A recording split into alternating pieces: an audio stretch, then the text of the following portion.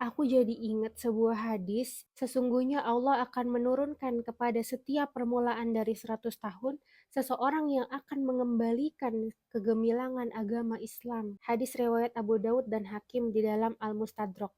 Teman-teman tahu nggak sih bahwa Islam itu pernah berjaya dari masa Rasulullah sampai 1924 sampai tahun 1924, selama ribuan tahun dari Rasulullah menempati Madinah sampai para sahabat melakukan dakwah ke seluruh dunia, hijrah ke seluruh dunia untuk menyebarkan agama Islam. Islam itu semakin berkembang banget. Sampai 2/3 dunia itu menerapkan aturan Islam, menerapkan hukum-hukum Islam, dan menjadikan Al-Quran sebagai undang-undang. Lalu pada 1924, kekhilafahan Ottoman Turki meruntuhkan sistem Islam dalam negaranya. Karena pada saat itu Islam juga sudah semakin mengerucut dan ujungnya ada di Turki. Dan Islam saat itu telah digerogoti oleh orang-orang Islam sendiri. Maka pada akhirnya orang Muslim sendirilah yang menghancurkan Islam tersebut di negara itu. Mengganti seluruh undang-undang dari Islam kepada undang-undang negara yang dibuat sendiri. Mengganti azan dengan bahasa Turki dan bahkan mengganti pakaian-pakaian muslimah, semuanya diganti menjadi pakaian-pakaian yang tidak menutup aurat. Pada saat itu mereka mengatakan bahwa Turki merdeka. Pada saat itu 1924, 2024 pas 100 tahun. Pas banget 100 tahun. Selama 100 tahun ini kita tidak hidup sebagai orang muslim yang menjadikan Al-Quran sebagai undang-undang. Kita hidup, semua negara hidup dengan undang-undang buatan sendiri. Tapi ada beberapa aturan Islam yang diterapkan seperti di peradilan agama. Tapi tidak seluruh aspek ekonomi, politik, sosial, budaya, tidak ada yang mengikuti Islam. Hanya beberapa bagian saja seperti pernikahan, waris, dan lain sebagainya. Tapi tidak semuanya. Maka itu Islam dikatakan runtuh dan mundur pada 100 tahun kali ini. Dan Allah berjanji setiap 100 tahun Allah akan mengirimkan seseorang yang akan membawa kegemilangan Islam itu lagi.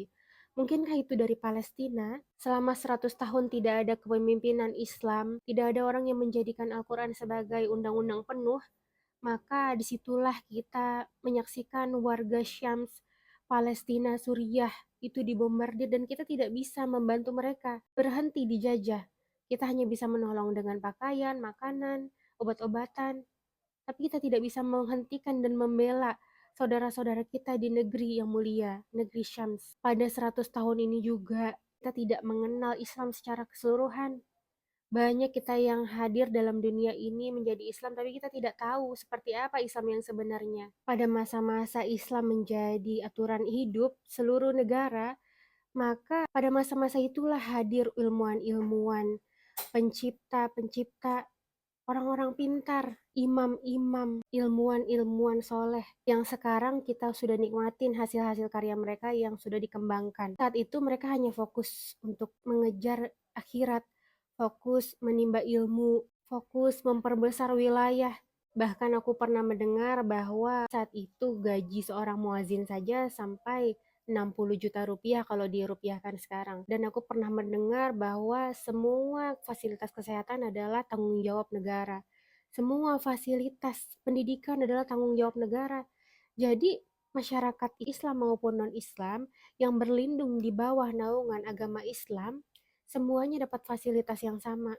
Tidak pusing memikirkan lagi pendidikan, tidak pusing lagi jika sakit, semuanya sudah ditanggung oleh negara, yang mana negara tersebut menerapkan ekonomi Islam, yaitu semua sumber daya alam dikelola oleh negara dan dikembalikan manfaatnya untuk masyarakat, untuk seluruh fasilitas masyarakat. Sementara sekarang banyak yang mengelola sumber daya alam untuk swasta saja. Jadi masyarakat tidak memperoleh kebaikan yang banyak dari sumber daya alam yang telah Allah berikan kepada negara tersebut.